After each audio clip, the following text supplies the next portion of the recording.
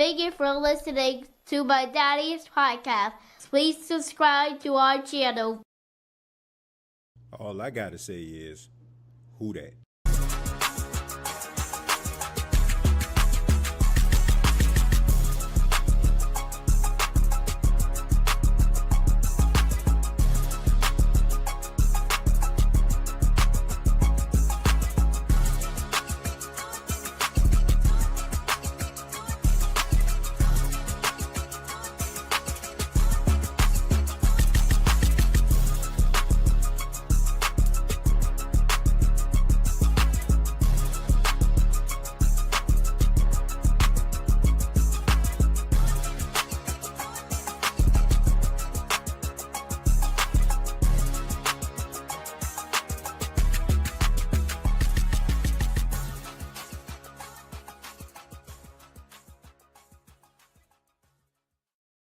Hey, what's going on, Who Dat Nation? It is yours truly, Timothy J. Jones. And yes, I am the host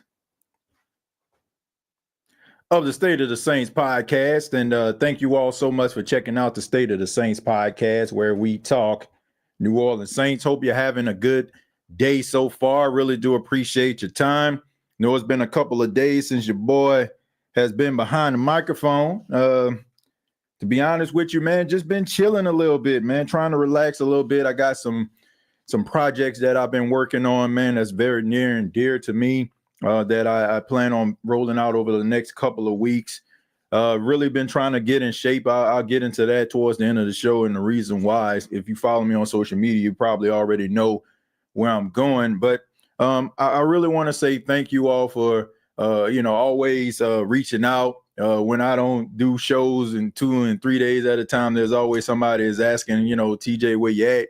I really do appreciate it, man. Nothing was really going on, just kind of relaxing a little bit. And I got some other things, once again, that I'm trying to work on to make this podcast better, as well as some other projects that I want to move on and try to branch out with. So once again, I'll get into that a little bit later in the show. On this edition, we're going to be talking a little bit about free agency. There's still some individuals in free agency that could possibly help the New Orleans Saints. The question is, should the New Orleans Saints try to reach into the free agent market to try to add some depth to this team? And, I thought that this would be a great topic to discuss because, the New Orleans Saints, they are in a position that they have not been in quite some time. That means that they have some money to play with. It's been a minute since we've seen the New Orleans Saints actually have some cap space. And should they be able to add some players that can come in and make an impact on this team? But I want to say thank you to those that are in the comments right now, those that are in the chat. I understand that this is a show that's going on at 11:20 Central, 12:20 Eastern Standard Time. So I'm pretty sure a lot of you are at work, or you're probably going to have to check this episode out when it's all said and done. So I guess I got to play shouts out to them after show boys and after show girls. Shouts out to them after show boys. Shouts out to them after show boys. They be tweeting and be posting. They be tweeting and be posting. They be tweeting. Yeah, them after show boys, they be tweeting and be posting, they be tweeting and be posting, they be tweeting. Yeah, them after show boys. Shouts out to all the after show boys and after show girls out there. But let's go ahead and get into it. Let's talk a little bit about free agency. As you all know, that the New Orleans Saints have been having these offseason activities for the last couple of weeks now. And, we can look at this two ways. We can look at it one way, where the New Orleans Saints haven't really felt the need to dip into free agency to be able to add some players to this team. Maybe some of the things that we think are troubling about this football team, they don't look at it the same way as we do. Maybe it's the fact that the New Orleans Saints are depending on the players that they have in-house. And some Saints fans will probably, excuse me, some Saints fans would probably look at this as a bad thing. But I want people to understand something. A lot of these players that we have kind of washed our hands with or given up on, you have to ask yourself this question. Were those players just terrible, not good enough, or weren't utilized the way that they should? Because if we're going to have these conversations about these players leaving the New Orleans Saints and finding prosperity with other teams, shouldn't that mean that we should be able to have a little bit of patience when it comes to certain players? Maybe, just maybe, it was the organization itself, the way that it was structured, and what the old regime was asking these players to do that was the main reasons why we lost confidence in them in the first place. For example, like we look at guys like Isaiah Foskey, we wash our hands with him. Oh, he's a second-round pick. You know, he had all these great stats and records that he broke at Notre Dame, and he goes to the New Orleans Saints, and he's an afterthought, right? And we'll look at that like, oh, man, I can't believe this, man. I ain't got no faith in this guy. But some of us probably had the same type of conversations about Zach Bond, or had the same type of conversations. I've seen this with Trey Hendrickson on his way out the door, as crazy as that sounds. Well, once upon a time, you know, there was this blockbuster trade that the New Orleans Saints were trying to make that was unprecedented, that would have brought Jadeveon Clowney to the Saints. And I remember having a show back in the day about Trey Hendrickson. They don't need Jadeveon Clowney, and some people thought I was insane for saying these type of things. But then he goes to Cincinnati, and now he's having issues with his contract and contract extensions, and now everybody's talking about how the Saints need to bring back Trey Hendrickson. My point is, we don't know what these guys are going to look like, these players that we have washed our hands with. We don't know what they're going to look like under the new regime. We know that Kellen Moore has a reputation of utilizing guys based on their strengths and not asking them to do something that they're not comfortable with. So maybe with that type of logic, with that type of thinking, maybe some of the players that we have quit on might end up living up to their potential because they have a coach that is willing to put them in a position to succeed, something that they probably have done and made them a draft pick in the first place. So maybe that's one of the reasons why the Saints aren't trying to dip into free agency the way that we would like. But you always would want some depth. And I also want some Saints fans to understand this. And I said this on the last episode, but I want to go ahead and drive this home. I want you to listen to me. Are you listening? There's not one free agent on the market right now that is going to come in and is going to change the misfortunes of any position that you feel like the Saints lack, or rather is lacking, success, whatever, right? Like that's not going to happen. Those are the type of free agent picks that you see early in the process. Like if Monday was the beginning of the new NFL season, then you will probably have a difference maker of a free agent. But we're talking about almost close to the season. Like we're about to start talking about Saints in training camp. I don't understand how some Saints fans feel like, this free agent ain't gonna do nothing. Oh, this free agent ain't gonna, make no type of impact. They probably won't in the ways that you want them to. Like I feel like some Saints fans want a free agent signing, like at this stage, for a guy to be a 1,500-yard receiver, 80 some odd catches. That's not happening, man. That is not happening. What you want is somebody that's going to be able to assist what you already have established. Like I mentioned Gabe Davis, right? You see Gabe Davis at the bottom of this screen here on this overlay. I mentioned him because he checks all the freaking boxes of what the New Orleans Saints need at this point. When I mention Gabe Davis, some of you feel like, Gabe Davis, he isn't a 900-yard receiver. He probably won't go over 1,000 yards. So the freak what? You don't need that. That is what Chris Olave is for. That is what Rashid Shaheed is for. That's what Brandon Cooks is for guys to be able to go out there and put up those type of numbers. I don't even want to put Brandon Cooks in the conversation. Brandon Cooks is more like the veteran that can come in and help, the younger guys and also make some plays in between. But when we're talking about Shaheed and Olave, those are your two guys that you're betting on, you're counting on to make plays. A guy like Gabe Davis serves a need. He is a 6'4", 6'5", 225-pound wide receiver that's 26 years old, and he's not a number one. Like I've said that before. He's not a number one receiver. His stats throughout his career don't reflect that, but what they do is show you that he is a dependable target when you need a play. There's a reason why they call him Big Play Gabe. Look at his stats, okay? He came into the league in 2020. 35 receptions, 599 yards, and 7 touchdowns. In 2021, 35 catches, 549 yards, 6 touchdowns. In 2022, 48 receptions, 836 yards, 7 touchdowns. In 2023, 45 receptions, 746 yards, and 7 touchdowns.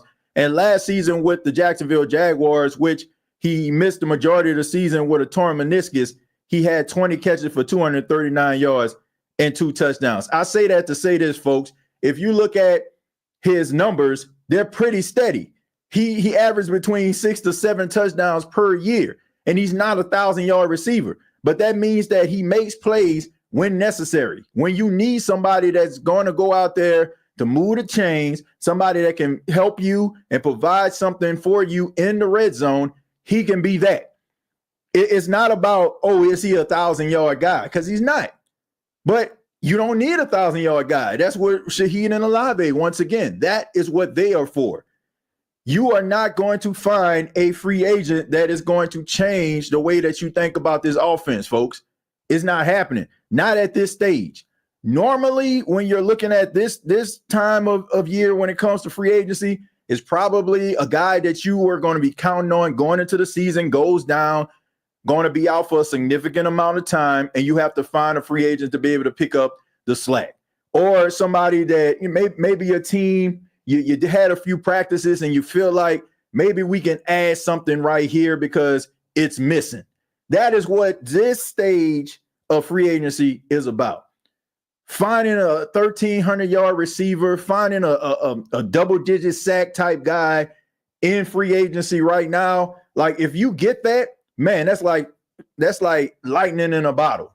But in reality, the guys that you're going into the season that you're counting on, those are the guys that are going to have to make plays.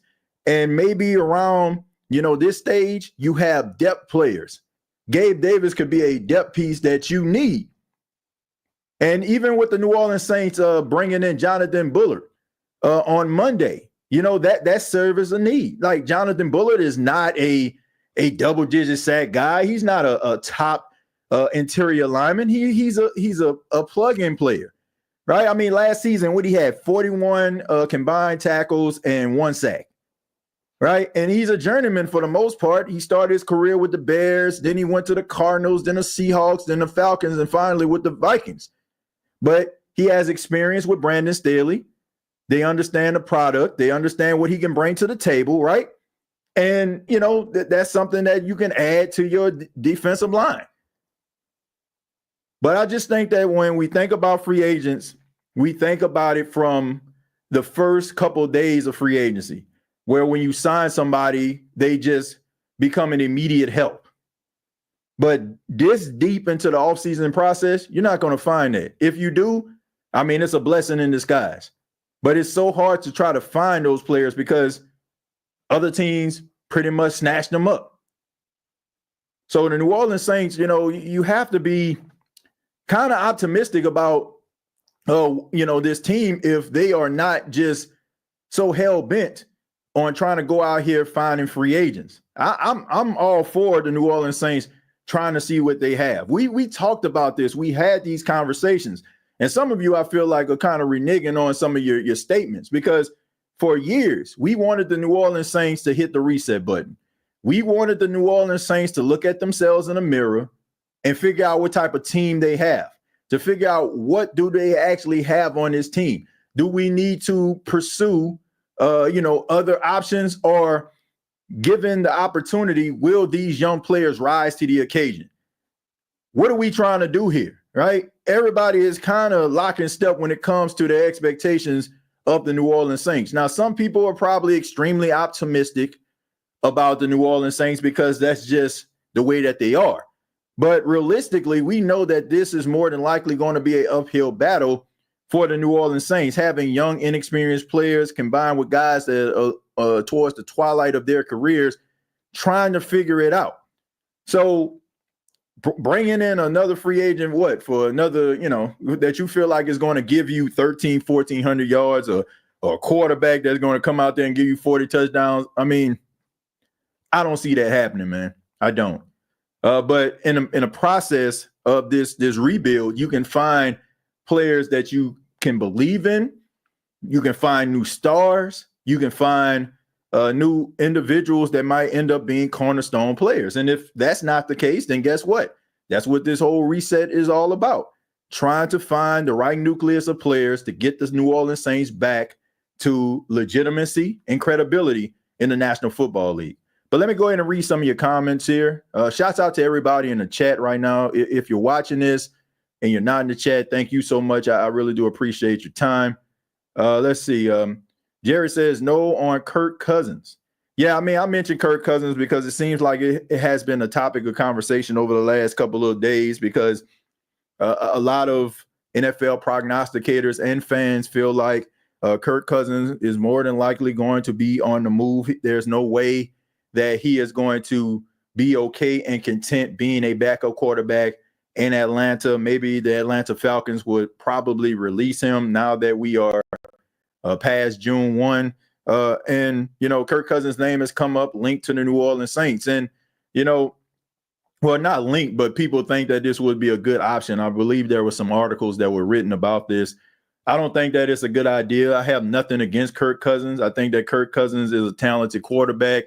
I do feel like the Falcons probably would have had more success if he was 100% toward midway through the season. I feel like maybe his injury started to catch up with him and he was trying to overcompensate. Shouts out to him for giving it the Warriors effort. But I don't think that this is the direction the New Orleans Saints need to go in.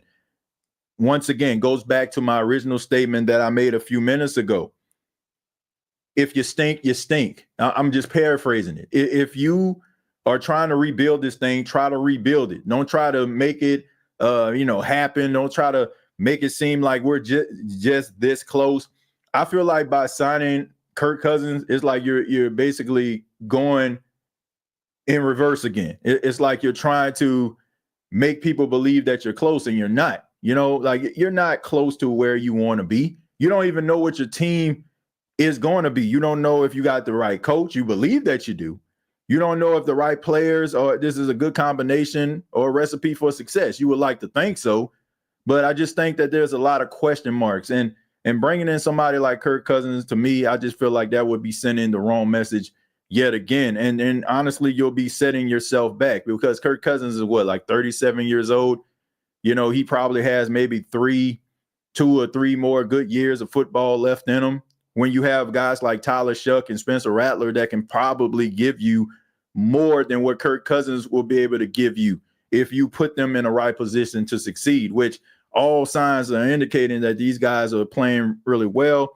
Spencer Rattler seems like he improved from his rookie year to his sophomore year. And then you have Tyler Shuck that's out there just wowing everybody with his arm talent and his ability to make all the throws. So I just say, man, rely on those young players, man, and see what you got. And if it doesn't pan out, then guess what? The conversation, like everybody else has, you can go right back into the NFL draft in 2026 and you can get yourself a top quarterback that can be the future of your franchise if Spencer Rattler or Tyler Shuck don't work out. I mean, it seems like, at this point, you're playing with house money. The expectations for the New Orleans Saints in 2025 from the NFL and Saints fans alike are pretty much the same. Like nobody is really expecting the New Orleans Saints to do anything. Probably, win a couple games to put a little smile on your face. But for the most part, we are all in agreement that this is going to be an uphill battle. So if the Saints do anything in 2025 other than look like one of the worst teams in the league, I think that other people would be excited about that. The fact that, they exceeded expectations. because everybody feels they are going to be at the bottom. So this is a sink or swim opportunity. And I just think that the Saints need to take advantage of this, because when the expectations were high, it frustrated Saints fans, and, it just made them angry. But now going into 2025, you understand where this team is. I just think that our emotions when it comes to this football team are going to be pretty even keel. Like, of course, on Sundays, if the game is nip and tuck and the New Orleans Saints have a chance to win, of course, that's going to frustrate you. But you also are taking a look at the inexperience of this football team, the inexperience of Kellen Moore being a head coach, and understanding that the Saints had some issues over the last couple of years. And, you can't ask Kellen Moore to turn chicken into chicken salad. So I think the Saints need to take advantage of this opportunity, because in the next couple of years, if it continues to look like this, I don't think that Saints fans will give this organization a grace that they're going to be giving them in 2025. I'm glad I'm not an after show boy. Them ads be killing me. Well, Rashad, look, check this out, man. Look, the State of the Saints podcast is funded by fine folks like yourself, all right? And, when people don't, donate to the show or whatever like that, which I don't ask people to do so, brother, got to get some revenue somewhere, you know what I'm saying? And I got to get some revenue somewhere. So, if don't want the commercials, or don't want to, see these pop-ups and commercials all the time, then, we just got to get a little bit better when it comes to it. But in the meantime, brother need those commercials, man, in order to continue to fund the show. Let's see. They show be tweeting. Let's see. We don't need Cousins. Nah, you don't need Kirk Cousins. You don't need Kirk Cousins at all. You don't need him. And I just think that you just need to go ahead and move forward. TJ, we are at the beginning of rebuild to me, so I'm cool with no free agent signings. Yeah, me too. I'm cool with no free agent signings, but like I say, when I look at like certain players that make sense, like to me, signing Gabe Davis makes sense. Like, he's a guy that's not a number one. You're not looking for a number one receiver. He's a guy that's a big target. That's something that you're actually looking for. But like I said, this could be an indicator that they see something in Donovan Peoples-Jones. They see what Cedric Wilson is doing. They're seeing what Bub Means is doing. Man, so maybe they have the confidence in those guys that, we don't have. And I get it, when a guy hasn't shown you anything, it's kind of hard for you to say, oh, man, I really believe in Cedric Wilson, or I really believe in Bub Means or Donovan Peoples-Jones. But once again, you got to go back and ask yourself the question, is it Donovan Peoples-Jones? Is it Bub Means? Is it Cedric Wilson? The reason why they can't, make plays. And I have to say, I don't believe that it's any one of those gentlemen. I feel like the Saints offense has failed a lot of these players. And in a process, we're only looking at what's in front of us right now. And some of the opinions and views that we have could be misleading, because we're not seeing the ball being tossed to Cedric Wilson consistently. Like, we knew what Cedric Wilson was when he came to the team. They didn't even advertise him as a guy that can make some plays. They just talked about how good of a blocker he was on the outside. So basically, you're telling everybody that you're bringing in Traquan Smith, another Traquan Smith, that, a guy that's fast, might catch the ball if the ball is thrown his way, but not going to get a bunch of targets. I mean, so you have to ask yourself, like, is it the player or is it the organization? And we know that there is a political aspect to the game, like top players, that you're drafting in the first and the second round, right? These guys are the ones that you're going to be counting on. I can remember like talking to Rashard Matthews about, how the politics plays a role on teams. Like, it's not so much about who's catching the ball the most. It's about organizations trying to, double down or triple down on their decisions of drafting certain players. So maybe that player that they draft is getting the majority of the targets, even though if you throw it to such and such, he's making plays. And then he falls further and further away from the depth chart because he's not a top pick. He's not a guy that the organization is trying to justify the signing or justify the pick. So it may not be that. And hopefully, if we're not going into free agency, Kellen Moore is not trying to play the political game. Like whoever is the best, that is who is going to play. Not trying to justify, oh, this guy was a 3rd round pick and we expect for him to fill his void. Well, I tell you this right now, okay? If Quincy Riley, who has been on the sidelines, you want him to be, the top cornerback, but Rico Payton is stepping up and making plays. I don't feel like you should just be looking at, oh, we drafted Riley, so let's just put Rico Payton to the back of the line. No. If a player can play, you put him out there on the field. If a guy can make plays, that's the guy that you need to roll with. If you work like that, which most organizations, unfortunately, sometimes don't, I think that you'll find success. But, so I don't know. Like maybe not selecting guys in free agency and rolling with the guys that you have. Maybe this is an indicator that they like what they see. Maybe they're going to these guys' college tape, or if you're Cedric Wilson, maybe taking a look at what made him successful in Dallas under Kellen Moore. Like Kellen Moore was extremely instrumental in getting Cedric Wilson paid in Miami. Like, I don't know if you was watching the Dallas Cowboys when Cedric Wilson was actually out there making plays, but Cedric Wilson was the deep threat. I mean, he was, playing the middle of the field. He was getting those yards after the catch. He was creating separation.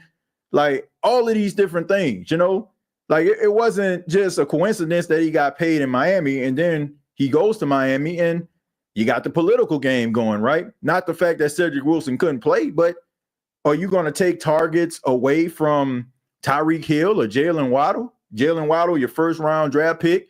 And then you got Tyreek Hill, who is a big acquisition in free agency from the Kansas City Chiefs.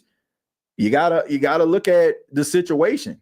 Like, to me, although we talk about Chris Olave and Rashid Shaheed being the top guys, I don't feel like it's to a point where any one of those wide receivers that are considered underneath can't come in and make some plays and don't see an uptick in their wide receiver production on the field. Like it is not like that.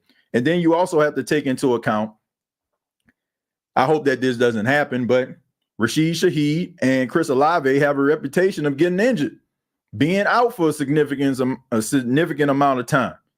So this is a great opportunity for some of these other guys to be able to step up.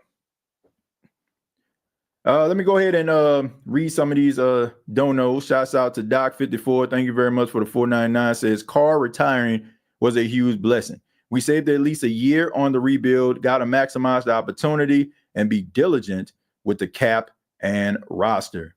Yeah, and also Alfred, thank you very much for the 499 as well. Says, we missed the playoffs 4 years in a row. How long is rebuild going to take? Another 5 seasons. We need to start winning this year. My hopes are high. Well, look, here's the thing, man. The Saints have indeed missed the playoffs over the last 4 years. I'll go ahead and combine both of your statements into one. The Saints have missed the playoffs for the last 4 seasons, but we all know why the Saints have missed the playoffs for the last 4 seasons. And we also know that the New Orleans Saints came to this process, and by process, I mean the rebuild, kicking and screaming. We know that the New Orleans Saints did not want this to happen. And honestly, we know that if Gail Benson didn't intervene, Dennis Allen would still be the head coach on his football team if it was up to Mickey Loomis. And we know that the Saints would have brought back Derek Carr once again if it was up to Mickey Loomis. 2 situations basically happened for the New Orleans Saints to be in this position. Like if the New Orleans Saints turn the page and be better, it's because of some unforeseen circumstances and acts of God in certain ways. And I feel bad about Derek Carr having to retire, not on his own terms, but due to injury. But the reality is, these things happen in order for the Saints to be in this position. And you can say the expectations are high, but that's just, based on what you have seen from this team over the last 15 years. Like, you may have high expectations for this football team, but that's not everybody's opinion. That's not everybody's viewpoint. Like, if you have high expectations for this team, it's just you have this belief in this team that they can actually make some things happen. And, and that belief, honestly, made Trump a lot of people's feelings and views about, what his team actually is. Look, this team has put themselves in this position. Like, let's make no mistake about it. The Saints are in this position because of their own doing, because of a lack of awareness and understanding about where they are and who they were as a football team.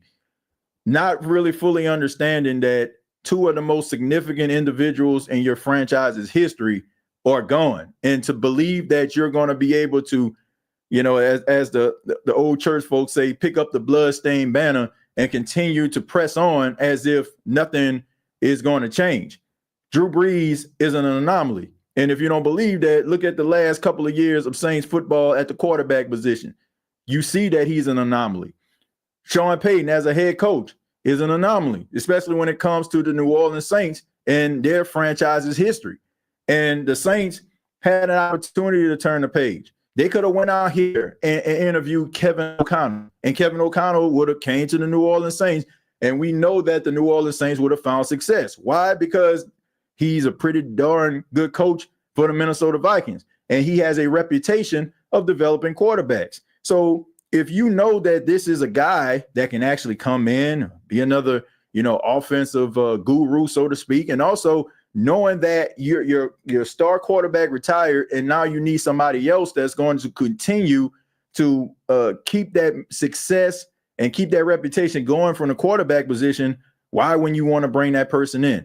Fear has reigned supreme in New Orleans, and that's my opinion. What I mean by that is they were so afraid to get away from the things over the last 15 years because they were so afraid to go back to obscurity, what they have been the majority of the franchise's, history. But you had an opportunity to change things and you didn't. You wanted to double down on it, triple down on it. So instead you go and you get a guy and Dennis Allen, who was a part of the coaching staff, and you felt like, oh man, things are going to continue to move forward. But you end up setting yourself back. So this whole rebuild process, to me, this is honestly the first full year since the post Drew Brees, post Sean Payton era that we can honestly say that this feels like a true rebuild. So with any rebuilding process, like, you got to have patience. I just think that, the last 4 years was the New Orleans Saints like being in denial. It's like, losing a family member or, losing a person in a relationship, and you just, oh, they gonna come back. Oh, they gonna be back. Oh, ain't nothing changed. Well, it changed. And now this is the individual coming to grips with the change that they're going to have to make. So I get it. I get the optimism. If you're optimistic about this football team, that's great. But, as for me, I look at this as a uphill battle. It's a rebuild. And I just think that Saints fans need to be patient about it. Like, I don't expect as many highlights as I'm seeing of Tyler Shuck going out there throwing dimes or throwing the ball deep down the field. Look, I don't anticipate him looking like Jaden Daniels did in his rookie season, or Patrick Mahomes when he was in his first season as a starter after Alex Smith. Like, I don't expect that. Like, I expect some growing pains. I expect some ups and downs. I expect for a guy, if he was to start, going through the motions, possibly throwing some interceptions, making mistakes, not understanding defenses and, disguised defenses, and what they're actually trying to do to you. I expect mistakes to be made, and that's including Spencer Rattler if he was the starter. So I'm not like, I get it. The highlights look great, but I need to see it in real time. And I understand that there are going to be mistakes made from a quarterback perspective, maybe from young, inexperienced defensive players' perspective. I'm not falling in love with the highlight tapes. I'm just not. I understand that football is not an easy sport to play, especially from coming from the college ranks. I don't care how old you are. Like, people like to put emphasis on Tyler Shuck and, oh, he's going to be 26 years old at the start of the season. He has experience. And, that don't mean that he understands the speed of the game just because, he's 26 years old. So all of a sudden, like, he understands the speed of the game. He's still a rookie and he's still going to make mistakes.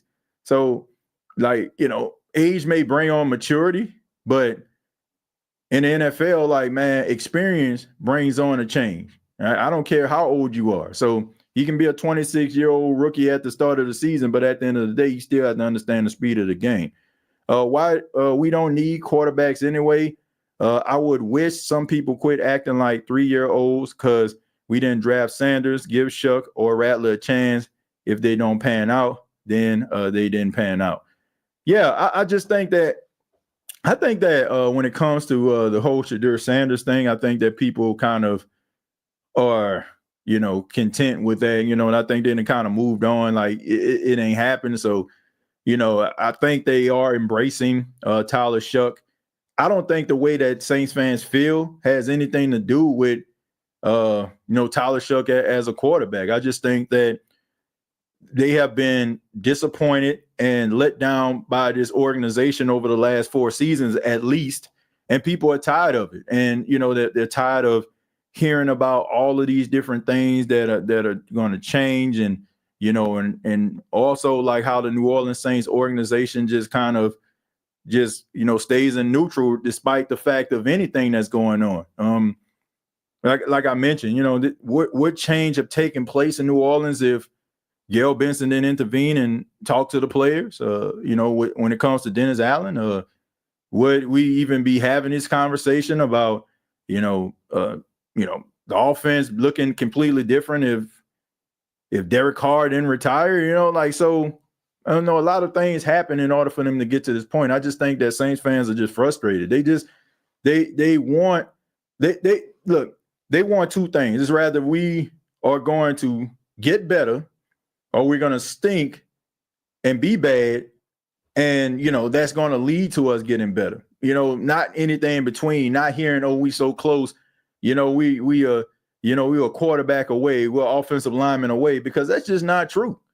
It's not true. Like, the Saints need more than just good quarterback play in order to win their division, to have 10 wins. Like, we look at what happened last season and we'll say, oh man, well, the Saints had a bunch of injuries. They were better than a 5-win team. Well, they probably were better than a 5-win team, but we're just looking at it from a Saints perspective. You got to look at it from the entire NFL's perspective, where you had bad teams like the Tennessee Titans who picked first overall, but probably felt like they had a little bit of bad luck. Now we got ourselves a quarterback. Now we're going to be able to do some things. Teams get better every single year. It's not just about the Saints here. Now, we can look at the New Orleans Saints and focus on them, and that's cool, but they got 31 other teams, right? And you had teams picking in the top 10 that feel like they were a coach away, a quarterback away, offensive line away, just the way that the Saints did. And those teams are going to improve too. Defensively, offensively, from a schematic standpoint, from a strategic standpoint, they're going to get better too. So you can't just look at it like, oh man, okay, we handled and we solved the issue when it comes to the injuries. Now we're gonna be better. But these other teams are getting better too. And they were a couple plays away from winning football games just like the Saints. So, everybody's trying to get better. It's crazy that it took 5 years after Drew retiring for this team to finally start rebuilding. Man, just play with what you have. We are not going anywhere but home when the playoff starts.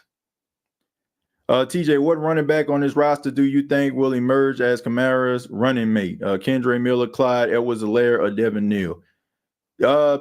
Looking at, the running backs in the room, I mean, this going to sound kind of crazy, but I don't think any one of them. Like, I think that each one possesses like certain skills that will, be beneficial. I think that all the players in the running back room, have certain things about them that I think that people are going to like. But I don't see that dominant guy. I don't see like somebody flirting with the all-pro. Like, I don't see that. Like Devin Neal, I think that he's a solid running back. I think that, if Alvin Kamara goes down and, he has to carry the football, I think that he's going to be, pretty steady, because he's a smart football player. I think that, He's a guy that has really good balance. And I think that he'll probably end up being like a fan favorite or whatever. But do I think that he's going to be that guy that's going to stand out and we're going to look at him like we look at Alvin Kamara when it comes to production and making plays? No, I don't. Kendre Miller, like I think people are just waiting on the light to come on for him. But, you know, I just think that, and this is just my opinion, the only person that's stopping Kendre Miller from being great is Kendre Miller. You know, there is a, you know, reality aspect about this, folks. Like some football players are lazy. Like it's just the truth. Like they're good, they possess certain talent, but they lazy. And there are so like we look at those guys and we see them on the field and we see them running in between the tackles and making people miss. And then we like, well, why don't they use them? Well, it's not that simple, man. You got to embrace the grind. You got to love the grind. You got to be able to do the ugly things in order for you to play beautiful football. Do you understand me? Now, it's not just about, I'm about to carry the ball and running straight up the field. Like maybe in high school or something like that, the coach would tell you like, okay, I just need you to run up the middle, son. Or I just need you to run left to right. You know, like, yeah, in high school, but you got to understand like, okay, man, the blitz, where's the blitz pickup? You got to understand about the audibles. You got to learn about shifts. Like you got to understand those things. Kendre Miller has to stop being lazy if he's going to be everything that people want him to be. Like you got to be able to invest in, you know, time and study, and you got to be able to, you know, appreciate it and understand that you have to understand the little things in order for you to make big plays.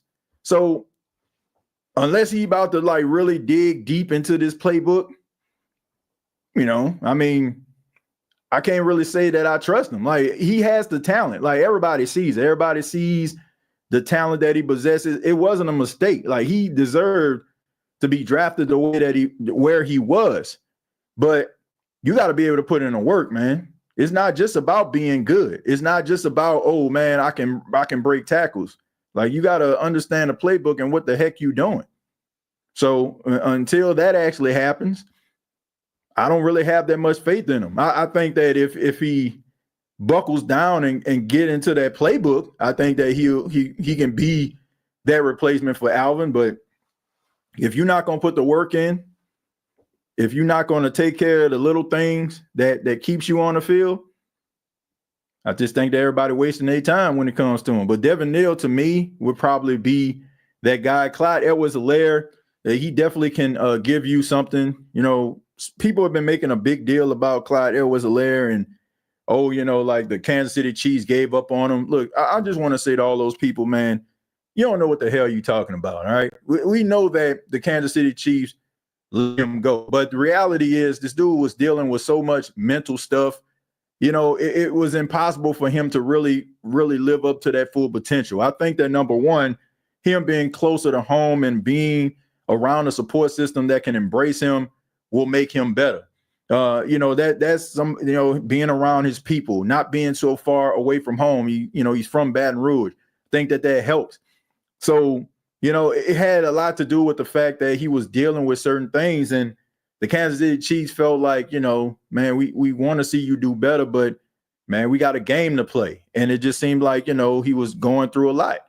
But I think that if you put him in a running back room, he can be a contributor. He was with Kansas City, and I think he'll be the same thing with the New Orleans Saints. He can be that Boston Scott for the Saints offense, right? He can be the Kenneth Gainwell of the New Orleans Saints offense, right? You know, not the guy that's going to be the feature guy, but you hand him off the football, he'll break a tackle, he'll get you them extra yards, you can catch the ball out of the backfield. You can use him in that way. You know, I have more trust in him than any one of those other running backs being behind Alvin Kamara as of right now. Devin Neal, I feel like that was a steal, drafting him in the 6th round. But I don't think that Devin Neal is going to be on the level of Alvin Kamara or even, you know, a Mark Ingram. I think that, he'll be a guy that if he stays healthy, Saints fans will respect and, you know, be a part of this offense. But I think that he'll probably, you know, never be that featured running back, you know, unless like Alvin goes down or something like that. But I don't think that we're going to have this conversation the next 2 to 3 years and Devin Neal is going to be like that sold back where, everybody's talking about who's one of the top running backs in the league and his name comes up. I don't. See, TJ Watt already read that one. Says, I saw on Twitter one time someone asked which quarterback had a bigger impact for their franchise, Drew or Big Ben. Big Ben kept the Steelers relevant. Drew made the Saints relevant. Yeah. You won't be wrong whatever way you go. I mean, Big Ben Roethlisberger meant a lot to the Pittsburgh Steelers organization. I mean, he was an Iron Man. He was a tough guy. They won a lot of football games. Drew Brees, he legitimized the franchise. And I always say you have to give a guy who comes to a snake-bitten or a bad situation and make it better. You got to kind of give them, the extra notch. I just, it's kind of like when we had these conversations about LeBron James. Like LeBron James won an NBA championship in Miami. He won it in Los Angeles and he won it in Cleveland.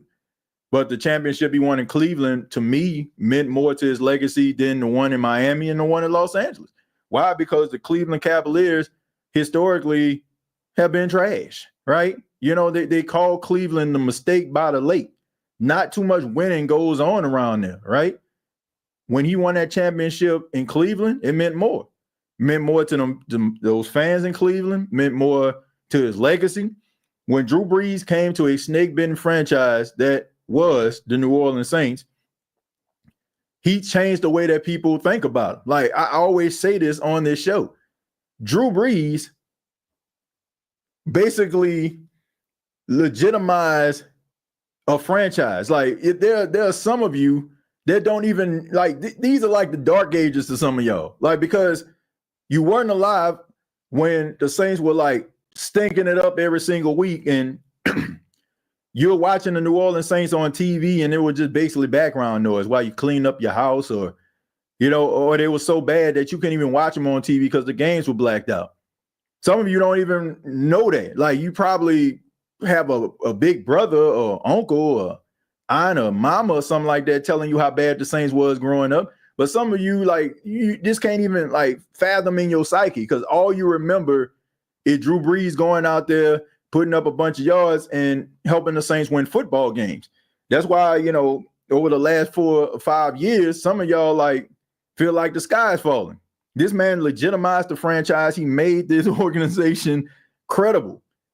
And, I just think that you have to give him certain levels of respect in that regard. I think that if the New Orleans Saints were a bigger market team, but they were historically known for being bad, and Drew Brees did what he did, you'll probably see a lot more people giving him his flowers. I don't think, people like just dismiss Drew Brees, but I think that a lot of people like kind of minimize his impact of, who he was and what he was to the National Football League. And if he was a Cowboy or hell, even if he was a Steeler, I think that people would revere him more than they do. I just think that sometimes like people look at Drew Brees as just this short quarterback that put up a whole bunch of yards, but they ain't talking about how as a New Orleans Saint, he basically has a winning record over some of the top quarterbacks in NFL history during a time where he was playing. Like he has a winning record versus Tom Brady. I believe he has a winning record versus Ben Roethlisberger we talking about right now, Eli Manning, Phillip Rivers, like all of these different guys that played in his era. But they'll just say, oh, he's just that short quarterback that threw a whole bunch of yards. And then they'll also discredit that by saying that he played indoors. He played in a dome. Don't matter. You're right. I mean, they got a lot of quarterbacks that played in a dome, couldn't hit the back of a barn door, couldn't hit the ocean in a boat. So I just think that a lot of people don't give him the credit that he deserved for being great. I mean, we seen it when they had the all-decade team. He wasn't a part of it. When people just kind of talk about him, they don't think about the 5,000-yard seasons that he had. They don't talk, about some of the, the wins that he had. And they don't talk about how bad the New Orleans Saints was and how he legitimized the franchise. So to me, Drew Brees is a legend. Drew Brees is one of the greatest quarterbacks of all time, top 5 greatest quarterbacks of all time, because, the way that some of us feel about this team, the feeling that we have is because of that man, and when you think about the Steelers, you got to think about Terry Bradshaw before you think about Ben Roethlisberger, right? To me, you got to think about Chuck Noll before, you think about Mike Tomlin. You got to think about when the Dallas Cowboys, you got to think about, Landry. You got to think about Roger Staubach before you think about Troy Aikman. Like, it's just certain organizations that's already got established, and, their history has already been written.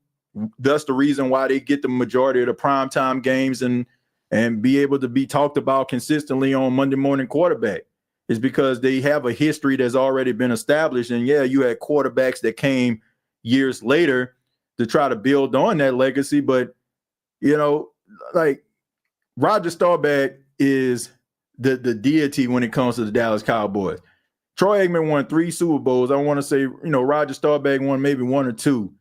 And people, revere Roger Staubach, Don Meredith, right? Those are the guys that they revere, But when it comes to the Saints, Drew Brees basically in the modern era, legitimized the franchise and managed to get all the credit in the world for that. TJ, what you think about bringing in Chubb? Well, I got no issue with Nick Chubb, but my question would be why? And, also it goes back to what we said originally on this show. Like, if you aren't really playing for anything, I don't want to say they're not playing for anything, but if you know that it's an uphill battle, why are we trying to go out here trying to find guys that, to me, by adding them to the team, it's supposed to help you to be able to get over a certain hump? Like, you don't, like, adding Nick Chubb to the team is not going to get you over a hump, right? Alvin Kamara, like, is your running back. I'm not saying that Nick Chubb, is garbage or anything like that, because he's not, but you already got Alvin Kamara. And Alvin Kamara, healthy, we know will be able to at least have your running back room looking respectable. You bring Nick Chubb in if you, let's just say something happened to Saquon, right, with the Eagles or something like that. And you just need somebody that's going to be able to run the football effectively and make some plays. Like, that's the type of team that you want Nick Chubb to go to, not a team that's trying to figure out who they are and what they are in the New Orleans Saints. Like, you don't want to do that, right? If the New Orleans Saints were a playoff contender and, you got your team looking right, but something happened to AK or one of your other running backs and you bring in Nick Chubb, like, that would make sense to me. But when you're a team that's just young, in a process of a rebuild with a combination of older players trying to figure out what you are and who you are as a team, staff, organization, and crew, like, I wouldn't even want to waste Nick Chubb time, and I wouldn't want to waste my time. Because if that's the case, Nick Chubb needs to make a phone call to Cleveland, because that's an uphill battle too, right? So I don't know. Like, I feel like you don't want to just sign guys for the simple fact of, they got namesake. I'm at a point where I feel like the Saints need to be at a point where you're wondering, like, how is this going to benefit us in the long run? What are we signing this guy for? Are we signing him for a depth piece? Do we feel like this guy can be a key contributor, and add to an already established room? Like, we know our starter is going to be blank, but we want to add him because, just in case, like, something was to happen, or we can have a good rotation on defense, or a good rotation at the running back position or the wide receiver room. Like, Nick Chubb, to me, is like, bringing him in is you looking for somebody as a game changer. You already got that with a healthy AK. TJ, the Saints need to address the wide receiver position and cornerback. The general consensus would say that, but I don't know how long you been checking out this episode. I'll say it again for those, and I apologize for the ones that's been watching this and checking this out from the beginning. But my stance on this is, I think when we look at the New Orleans Saints team, we're looking at it from the lens of the years where Dennis Allen was the head coach. And we know that Dennis Allen did not do a good job as a head coach. And a lot of players, certain things and certain feelings that we may have about those players might be a little skewed because they weren't utilized the way that they should. We know that Dennis Allen had a way that he looked at defense. He had a way that he wanted to run a defense. There were certain players that they wanted, they felt like would be beneficial. And a lot of these players that were on the sidelines, we just kind of just chunked it up and said, well, if they were good enough, they'll be on the field. But when we go back and look at the Zach Bonds, when we look at the Trey Hendricksons, when we look at some of these other players that have found success with other teams, when those teams utilize them in the right way, like even with C.J. Gardner-Johnson, like C.J. Gardner-Johnson was basically just playing a nickel.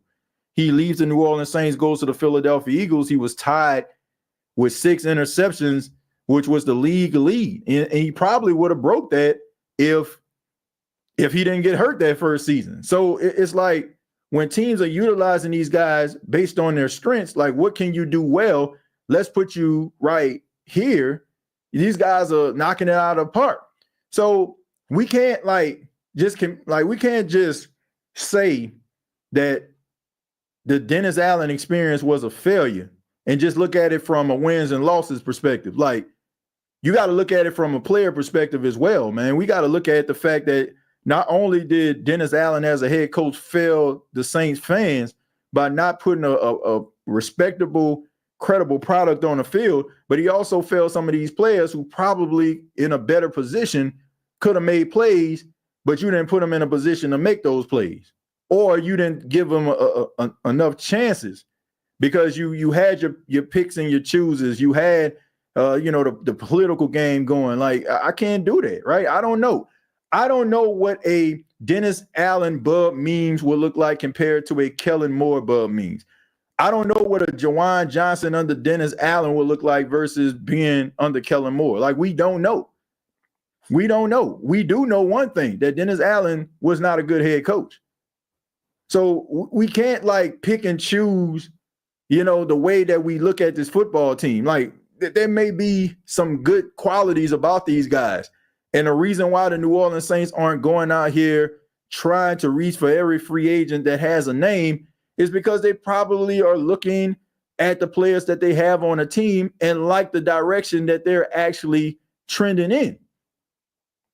So I just say give them the benefit of the doubt. Because, what would have happened if the New Orleans Saints would have held on to Zach Bond just one more year longer? We probably would have seen the Zach Bond that we seen in Philadelphia in New Orleans. I mean, you never know. So maybe some of these, I'm not trying to give these players excuses, but I would be remiss if I didn't mention that some of these players that we thought didn't have any redeeming qualities end up going to other places and getting better. Like, man, we gotta evaluate that. We gotta take a look at that. Right? We gotta evaluate that. We can't just completely just throw everything away saying they suck, the coach suck, the team. Like, I say give these guys a chance. Like, if they're not going out here trying to find certain players at certain positions, maybe it's because they, like I said, they feel comfortable with these players and they don't see them the way that we do. So I mean, if they go out there and they look like trash, and I won't call them trash, but they're not living up to expectations, and they had opportunities to do this, then I feel like we can have this conversation. Then I feel like we can have this talk. Like, man, what is going on with the Saints? But this is a new coach. Like, that's like saying Kellen Moore, he hadn't coached the game, but you sitting up here like, man, they suck. He gonna suck. And you don't know. Like, all this stuff is just basically, opinionated stuff. So I don't know. I just say give them a chance. And if they don't look the part, then let's have a conversation later. I don't know, my dog. I think if we do try to sign someone, I don't know if it should be a super expensive player. It's not like we are going to the Super Bowl going to be Super Bowl contenders, excuse me, and we one player away from that. Yeah, cool sports. I mean, thank you very much for the 1999. Yeah, I mean, that's a good point, but I don't think that Gabe Davis would be an expensive addition to your team. I mean, Gabe Davis, I mentioned this before. He's not a top, he's not going to be a number one receiver. I mean, Jacksonville kind of paid him like, he can be a top, receiver, but he's not. His numbers don't even indicate that he would be a top receiver. His numbers indicate that he is a reliable piece to your team. Averaging 6 to 7 touchdowns. I mean, who wouldn't want that? Those touchdowns can come in crucial situations. Nobody expects for him to be that number one guy. And you should temper your expectations if you're looking for a free agent to come in and be that top guy. Even with Michael Thomas, we're mentioning Michael Thomas, we mentioning Mike T, but people will understand Michael Thomas will be 32 at the start of the season. And, he's not going to be the Michael Thomas that you grew up loving, or coming into the league, just taking the league by storm. There's a lot of injuries and there's a lot of tread on, what I'm saying? There's not, I don't want to say a lot of tread left on the tires, but I mean, he been riding on that road for a minute. We can't get into this love affair where we just like a guy's name, like a guy's game from back in the day, and we just expect the same player. It's just not going to happen. With Gabe Davis, I just feel like he will serve a need. Saints need a big target, somebody that's going to be able to catch the ball when necessary, be a red zone target. It's 3rd and 2. Let me line him up in a slide, let him make a catch. You get what I'm saying? Or we'll line him up on the outside, 50-50 balls, throw it up high, he'll catch it. That's what they need. You don't need that 1,000-yard guy. Chris Olave is your number one guy. Some of you may not look at him as a number one guy. To me, I feel like he leaves a lot to be desired in that department. But he is the number one guy based on the depth chart. And that's the guy who's going to get the majority of the targets. I don't care if you sign Gabe Davis or not, he's not going to be the number one guy. Dysfunctional and incompetent describe the previous administration. Thus far, it seems as if Moore, at the very least, has a plan. Yeah, and we have to understand how to differentiate the two. We're looking at 2025 Saints with Dennis Allen Saints. And to be fair, we're looking at, although Dennis Allen is gone, still the same individuals that are truly responsible for this mess, like the hiring of Dennis Allen and keeping guys way too long. They're still at the top calling the shots. So we were wondering to ourselves, how much of a difference will a Kellen Moore-led Saints team be versus a Dennis Allen-led team be? That's fair. But like any season, it's the reset button. I used to play regular Nintendo, right? Super Nintendo, right? I mean, when I was growing up as a kid, when you used to get the brakes beat off you on Tecmo Bowl or Mike Tyson Punch Out, when you couldn't get past King Hippo, you hit the reset button. You had to start all the way from the beginning. You had to start with Glass Joe and Ball Bull and all them other cats in order for you to get to, Mr. Green or Mike Tyson. But it wasn't oh man, let me save my spot right here like it is on some of these other games. It wasn't like that. You hit that reset button. And when you hit that reset button, no matter where you were at, you go right back to the beginning. You go right back to the beginning. And that's what the Saints are on right now. You may still feel the effects of getting knocked out by King Hippo, but you hit the reset button. Now you fighting Glass Joe. The Saints are fighting Glass Joe right now. You at the beginning stage. If you lose the Glass Joe, you pretty trash because he's 0-99. But y'all get what I'm saying. You starting at the very beginning, even though your emotions may be still there, fighting Ball Bull or something. So I just say you don't know how, you don't know what the season is going to be. You still don't know what the season is going to be. And some of us, have already just had that register in our mind because of our,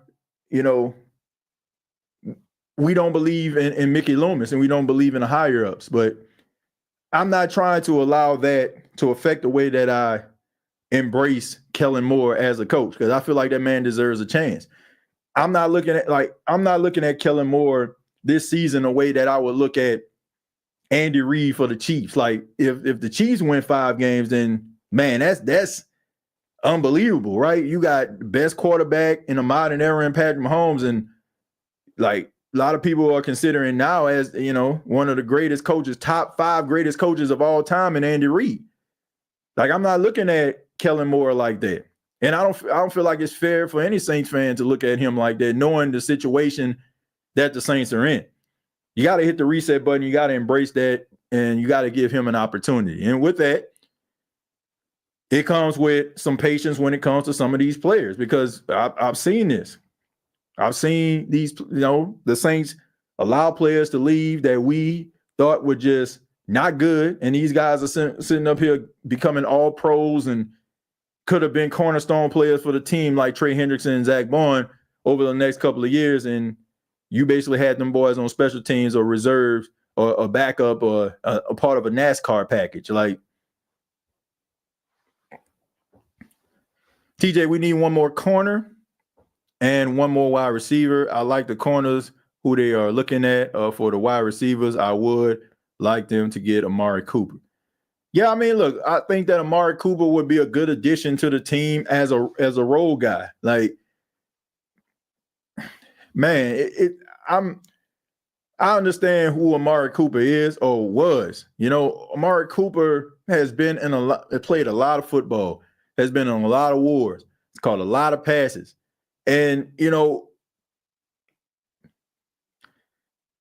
I'm not saying that he can't play, because he still can, but he's not going to be the Amari Cooper that played for the Raiders. He's not going to be the Amari Cooper that played for the Browns. He's not going to be the Amari Cooper that played for the Cowboys. He's just not going to be that guy, because if he was that guy or close to being that guy, he would have got swooped up already. Like, sometimes we have a tendency, and I'm not saying that you're doing this, Greg, but we have a tendency of looking at guys for their name and what they were. And what they were a really remarkable player. And you would probably get something out of him. But what are we asking of him? Like, he's not a number 1 receiver at this point. Like, it's almost, to me, is equivalent to adding a Brandon Cooks to your football team. Like, Brandon Cooks is not the Brandon Cooks he was for the Saints or the Patriots or the Rams. You get what I'm saying? Like, he's not that guy. Like, he's a player that can come in, make plays, that can contribute, that be a part of the process. That's it. Like, he's like Ray Allen for the Heat. That's what he was. Like, Ray Allen, when he was playing for the Bucks, averaging about 27, 28 a game. He can slash. He can hit that jumper. Like, what did the Heat get him for? Because of his 3-point marksmanship. Does that mean that Ray Allen couldn't still play? No. This means that they utilized him for his skill set, for what he actually was at that time. They weren't looking for him to slash to the rim. They weren't looking for him to try to cross anybody up. Look, I'm going to slash to this rim. I'm going to demand a double team if I'm LeBron. I'm going to dish it out to you on the side, make that 3. That is what it is. So what the Saints need right now is some guys that's going to make that 3. Somebody that's going to make that wide open jumper. You got Chris Olave. Chris Olave is the star of the show at the wide receiver position, whether you like it or not. Rashid Shaheed is the star of the show, and a part of that. They are the Saints, Jordan and Pippen. Everybody else, Ryan Harper, Bill Winnington, Luke Longley and them. Man, look, we just need y'all to be that supporting cast. Catch a rebound, dish it back out. You open for that jumper, go ahead and make that joint. Make them free throws from the line. That is what the Saints need right now.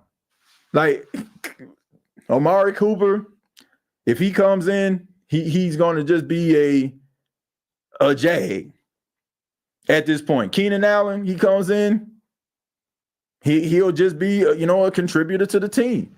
Gabe Davis, a contributor. These are not this isn't Madden 2017 or something. You know what I'm saying? When Amari Cooper probably was at a 90 or 91. Go look at Madden right now. Look at Mark Cooper's overall when the new Madden come out. I guarantee it's not in the 90s like it was when he was playing for the Cowboys or the Browns. You know, what do you need? What are you looking for? We can use him in the red zone. Yeah, I mean, Greg, if we having that conversation, I'm with you, man. Like, you want players that's going to be able to serve a need. Like Jonathan Bullard, you know, visiting the Saints on Monday. Like, nobody's looking for Jonathan Bullard to be a double-digit sack guy. He's a journeyman interior lineman that can provide depth to your team. If something was to happen to Saunders or Brzee or Godshall, like, yeah, he'll come in, you know, and be able to be a part of the rotation. If we're talking about a red zone threat, we need somebody to catch the ball in the back of the end zone and have some sure hands. Yeah, we can have this conversation. That is what the Saints need. You got to understand where you are right now, Who Dat Nation, for those that don't. This isn't the beginning of the free agency process. At the beginning of the free agency process, if we was having this, if this was Monday and this was the start of the league year, and it's 1:27 Eastern Standard Time, and we're a couple hours away from the start of the league year, and you have these top free agents on there, then we can have that conversation like, man, yep, now we got a number one. Because those are the guys that very, very early in the process hear their name called. But the ones that's around here still, what are we, June 3rd, 2025? It's because a team has lost a player that they were going to rely on going into the season, or maybe the practices aren't looking the way that they want to, so maybe they'll go ahead and dig in the crates a little bit. Do y'all think the Redskins will go to the Super Bowl? Probably. I don't know, man. I don't think so. I don't think they would. I think that Jaden Daniels is incredible, but you know, there's a such thing as catching people off guard, but he is not going to catch anybody off guard this season. You know, it's kind of like with CJ Stroud, like when he was his first year with the Texans, everybody like was wondering like who would be better, Bryce Young or him, and then all of a sudden like he just kind of caught the league by storm, and you know they end up winning the division, winning a playoff game, you know, and his next year, like if you look at his numbers, it didn't resemble his first year because you didn't catch anybody off guard. You didn't catch it. Like everybody understood what you were and what you were capable of, so you had their undivided attention. Jaden Daniels will have the NFL's undivided attention. Do I feel like that's going to affect his play? No, I don't.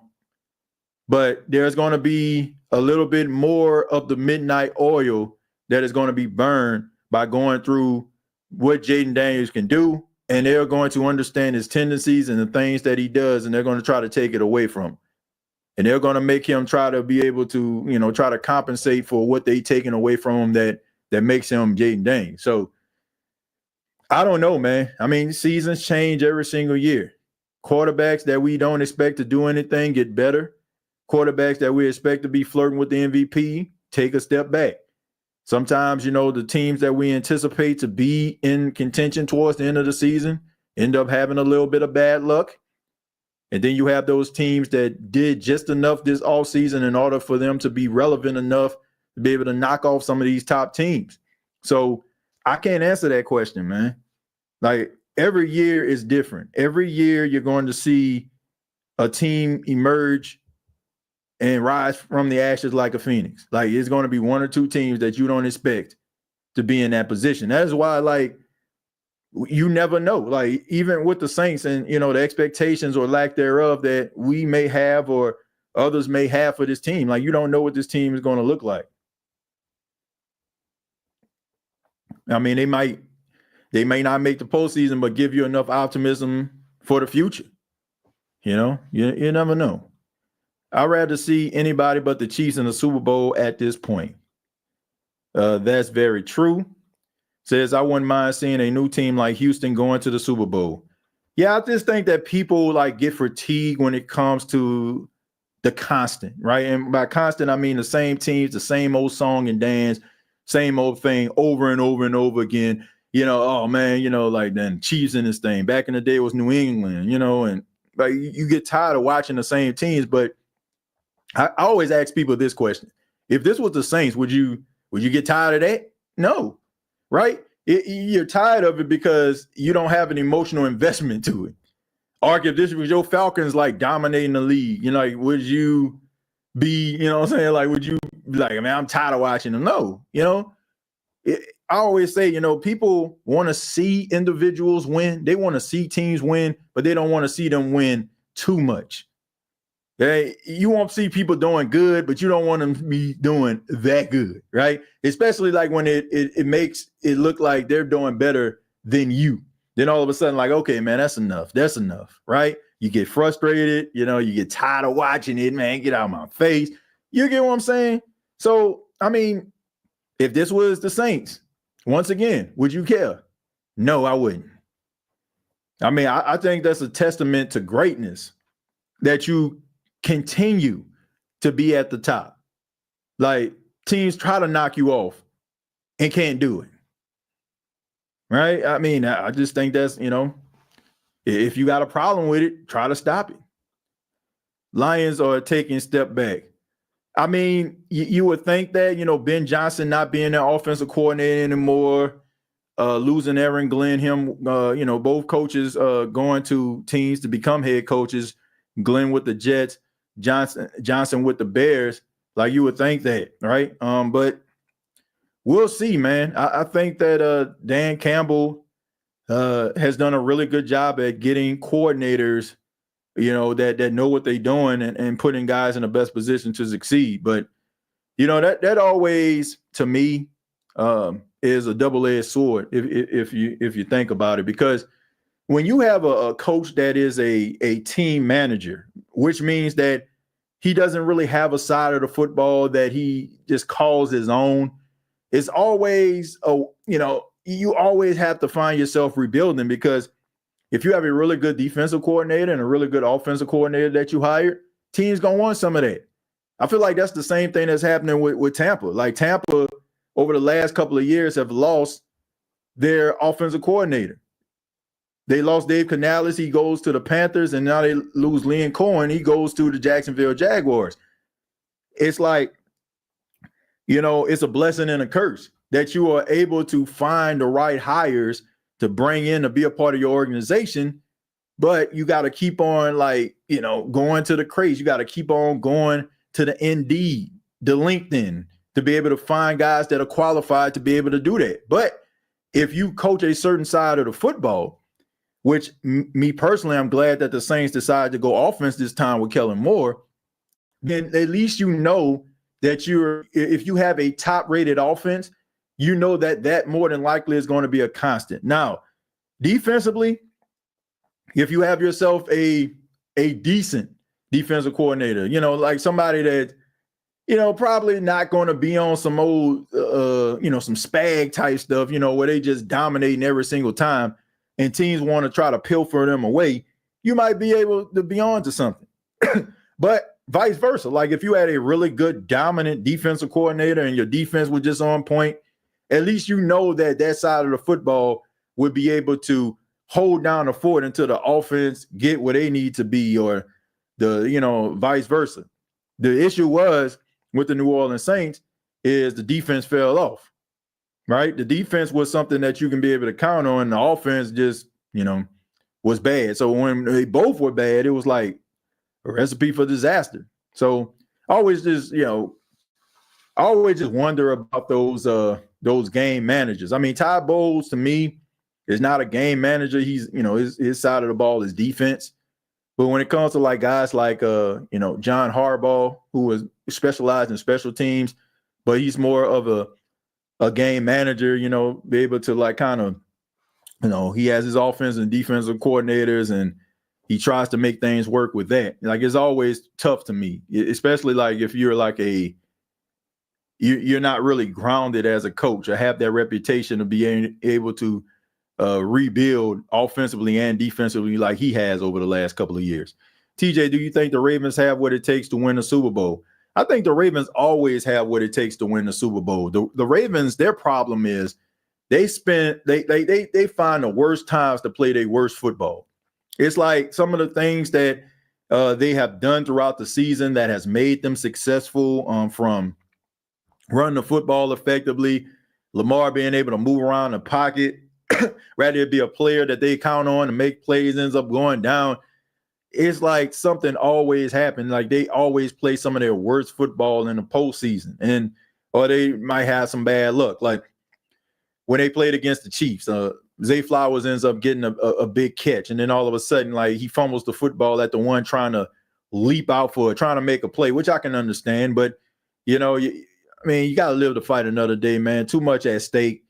It's just stuff like that. But look, I always think that the Ravens are in contention. I mean, the Ravens have always had a respectable football team. There have been years where they kind of haven't like reached the postseason, but that's very rare. I think as long as you have Lamar Jackson, you got Derrick Henry. I mean, I've looked at some of his offseason workout regimens. I think that he's going to be ready. You bring in some guys that can, that are some athletic players at the wide receiver position, like Zay Flowers. You're bringing in D-Hop, somebody that's going to be that seasoned veteran for you, being that possession guy. I think they're always going to be in contention, and they always do a really good job at finding those late round draft picks to come in and provide a spark. Mike Green, to me, them drafting him, that is going to be someone I feel like is going to make an impact for their team. Like they always do that. So yeah, I mean, as long as they front office stay the way it is, the Ravens are going to be in contention. I think Jared Goff is overrated. I've been questioning Dan Campbell. I don't think that Jared Goff is overrated. And in ways, I think that he's underrated. I think that, people like looked at that trade between Matthew Stafford going to the Rams and in exchange for Jared Goff to Detroit. They was like, well, Jared Goff, that was just, their way of basically saying like, his career was about to go to die. I mean, if anything, to me, I feel like Jared Goff made himself way more credible being with the Detroit Lions than he did with the Rams. And I want people to understand this fully. People looked at Jared Goff as basically like this robot or whatever. Like it's almost like if you ever watch Teenage Mutant Ninja Turtle, it used to have this brain on there called Crane. And Crane used to like sit inside like this robot, and he had like the little, joysticks where he moved the big robot, you know what I'm saying? And he basically walked around or be able to carry himself around through this robot. And I think that's how people looked at Jared Goff, because everybody used to put like a strong emphasis on, Sean McVay would talk to Jared Goff until they, the first, I guess like the last 10 seconds before they cut off the microphones and stuff like that, telling them how to approach the defense and what the blitz was going to be and all that kind of stuff. So it made it just seem like he wouldn't be nothing without Sean McVay, and Sean McVay just basically made him. But to me, Jared Goff goes to Detroit and makes a name for himself. Like, is he ever going to be mentioned among some of the top quarterbacks in the league? No. But he is that guy. To me, he is that modern day Ken Anderson. My old school football fans know what I'm talking about. Ken Anderson played for the Cincinnati Bengals like late 70s, early 80s. Always put up respectable numbers. Always had the Cincinnati Bengals looking like something. Even played in the Super Bowl, right? But, nobody really talked about Ken Anderson. Nobody really talked about like what he brought to the NFL during that time. And that's what Jared Goff is. But if you talk to a Cincinnati Bengals fan about Ken Anderson that was around during that time, they'll tell you that, he had them looking like something. So to me, Jared Goff, kind of helped his career tremendously by going to Detroit and finding prosperity without Sean McVay, because that gave people no choice but to respect him as a quarterback. So I need my Bills to go to the Super Bowl. I think everybody want the Bills to go to the Super Bowl. But, once again, another team that finds the worst time to play some of their worst football. Hey, TJ, besides the Saints, what would be your dream Super Bowl matchup this year? Dream Super Bowl matchup?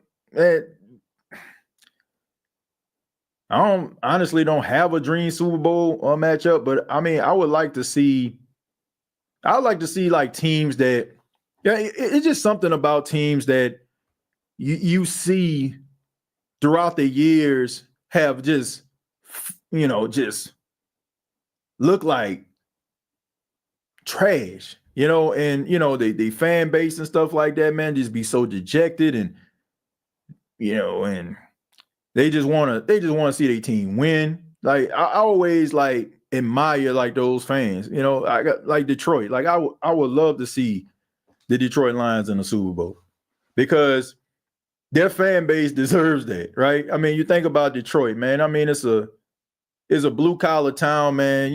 People, just basically trying to make it, going to their 9 to 5, trying to get that check to be able to take care of their family. There's just something about that, man. And you got a lot of these issues and hardships that you deal with on a daily. And then for a couple hours, you can go into Ford Field and watch your Detroit Lions win some football games. I would like to see a fan base like that be able to, watch their team in the Super Bowl. Because I can remember like watching Super Bowl 44 and looking at the New Orleans Saints come out and looking at them do something I just never thought in my lifetime I would be able to see. So I would say Detroit and Buffalo. I would like to see Detroit versus Buffalo because, those are two fan bases I feel like have went through so much. And, they deserve to see their teams try to, go toe-to-toe to see who's going to win the Super Bowl. So, yeah, I would say the Bills and the Lions. That would be a dream Super Bowl to me. I would definitely want to watch that. Let's see. We'll pick to win only 6 games this year. It would be funny if we somehow ended up winning about 12 games. Well, that would be great. But you never know. I mean, that's just how the NFL works. I'm going to take a few more and then we're going to get up out of here. TJ, my dream Super Bowl matchup is Saints versus Ravens. I mean, any matchup that involved the Saints in some of our eyes, we don't care who they play, as long as the Saints in that thing. Let's see, Lions versus Browns would be a surprising Super Bowl matchup. Yeah, that definitely would be a surprise. Not so much the Lions, but the Browns. That's a good Super Bowl, Detroit and the Bills. Lions and the Browns. Yeah, Lions, man, they would call that the lovable loser Super Bowl right there. Say, hey, TJ, I got great friends that are Bills fans. Yeah, man, look, the Bills fans, they just want to have a good time and jump through a table. That's about it, man. That's their thing, though, man. That's what they want to do, But, I mean, Bills fans, they love football. They love their team. I mean, not too much going on up there in Western New York. So the watching the Bills, play and win, I'm pretty sure it means a lot to them. I know the Saints have to play the Bills this season. That's going to be a tough game for the New Orleans Saints. Definitely going to Orchard Park.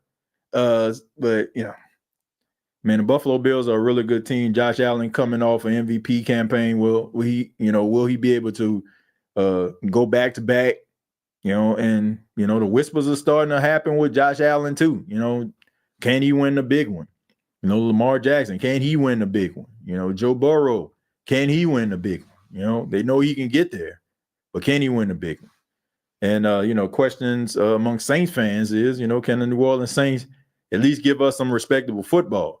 But my final thoughts, once again, about the free agency is might be a good thing that the New Orleans Saints aren't looking to try to just sign just free agents. They probably feel very comfortable about the team that they're actually putting together. And we got to have a wait and see approach. I understand that, we want this team to be the best possible, look the best possible, but maybe they feel that way. And maybe they feel like they can get something out of these players. And if you don't have to spend a dime and you can develop these players into what you need to be, maybe we can get back to having some respectable Saints football on Sundays. I say Sunday because we know they don't have any Thursday, Saturday, or Sunday night games in prime time, right? So hopefully the Saints can find ways to get themselves back to being a primetime team. But thank you all so much for checking out the State of the Saints podcast. Hope you enjoyed the show as much as I enjoyed giving it to you. You can follow me on X at TJAYJones8. You can tune in every single Wednesday, 7 p.m. on Bleacher Report for Saints Talk with Timothy J. Jones. So we talk about maybe like 25, 30 minutes about a Saints topic. Be sure to stop by, follow, let me know what you think. I would like to see those numbers kind of increase a little bit, folks. I'm asking you all to support Saints Talk on Bleacher Report, especially us going into the 2025 NFL season. Definitely want to get as many people on board so they can be able to check that out, because every Sunday immediately following, the Saints football games, we're going to be doing post-game shows over there. So just want you all to know about that. So, if you're not doing anything, take the time out, follow on Bleacher Report. And also, thank you all so much for your comments. And the last thing I mentioned, I took a couple of days off to, just kind of work on some other projects. For those that may not know, I've said this before on the channel, but back in 2018, I was diagnosed with type 1 diabetes, which is basically when you're insulin dependent. So basically I taken, insulin shots, every single day and at night. And, last time I went to the doctor, my A1C wasn't exactly where I needed it to be. Right. It basically just made me have to come to grips with the situation and what I was actually dealing with. I don't think it ever just like registered with me that I had diabetes. I don't know, man. Maybe I was in denial, and occasionally, I would go through these states of depression when it comes down to it. And, it just thoughts about not being around for my wife, not seeing my son growing up, the fear of like possibly like, losing limbs and stuff like that, because that is a reality. So, I just kind of like buckled down and really just kind of focused on trying to get myself into some of the best shape possible, man. So, man, I started going to the gym every day. I started taking up basketball with some of y'all, see some of the clips that I put up. It just, for individuals to understand that, you might be one of those 34.8 million people that deal with diabetes, but it doesn't have to be a death sentence. It doesn't have to be something that just makes you feel as if, you can't live a happy and healthy life. It's a lifestyle change. It's some things that, you can't eat anymore, or can't really, just indulge in like you once did. But,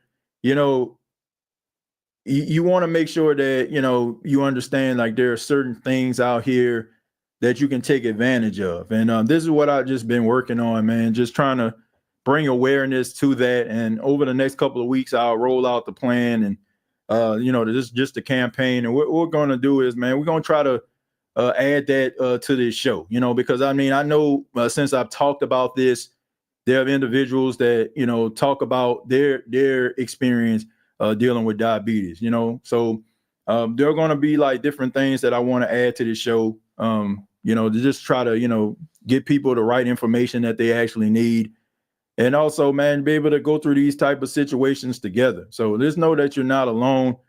And there is information that is available to you at diabetes.org where you can actually learn about things that, that can help you as far as like eating habits, certain things that you can actually add to your everyday life. So that's what I kind of been working on over the last couple of days. And I appreciate everybody for their patience, me not doing shows over the last couple of days, but just wanted to make sure that everybody understand where I'm at right now, and just trying to make sure that I'm just, in the best shape that I can possibly be. And hopefully this was one of the best shows that you can possibly check out. All right. I appreciate it. Much love to you. And until next time, all I got to say is, who dat? Thank you for listening to my daddy's podcast. Please subscribe to our channel. All I got to say is, who dat?